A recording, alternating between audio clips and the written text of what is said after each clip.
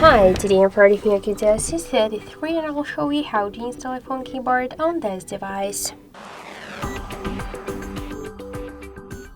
So we should open first the Play Store, and in the search bar we should enter the green Apple keyboard.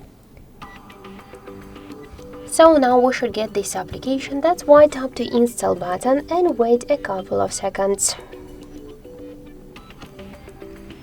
After that, tap to open the app, click to enable in settings, and near green Apple keyboard, tap on the switcher. Click twice to OK and go back.